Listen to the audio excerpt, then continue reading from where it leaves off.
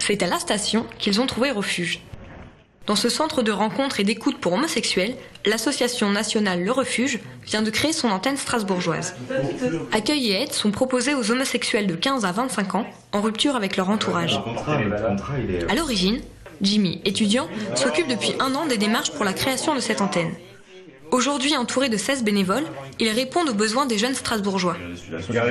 Le refuge leur apporte un accueil, une écoute psychologique, un hébergement si nécessaire. Les jeunes qu'on suit à ce moment à distance, c'est des jeunes. Un jeune fait partie d'une famille évangéliste.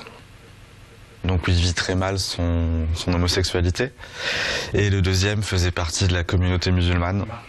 Pour eux, déjà plusieurs appels et 3 jeunes hébergés depuis le début de l'année. Sur toute la France, c'est plus de 3500 appels et 500 jeunes hébergés depuis la création de l'association en 2003.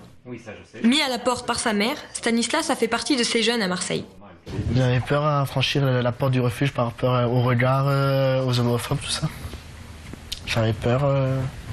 Moi, c'est grâce au refuge que j'ai pu remonter. Parce que je m'isolais, j'avais des idées noires et tout, donc ça m'apportait que du plus l'appel au refuge.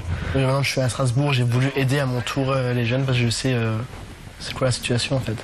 Le mal-être des jeunes, je le connais, donc maintenant je veux aider les jeunes. Une jeunesse qui souffre de plus en plus. Depuis 1 an, les appels affluent.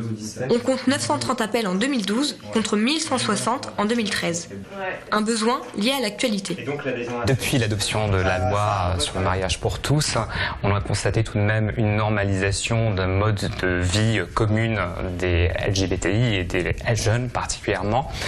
Mais en même temps, il y a eu aussi un climat délétère d'homophobie qui accompagnait le débat qui a duré très longtemps et dont malheureusement certains jeunes LGBTI ont aussi fait les frais. On sait qu'il y a eu une multiplication des attaques homophobes, des insultes.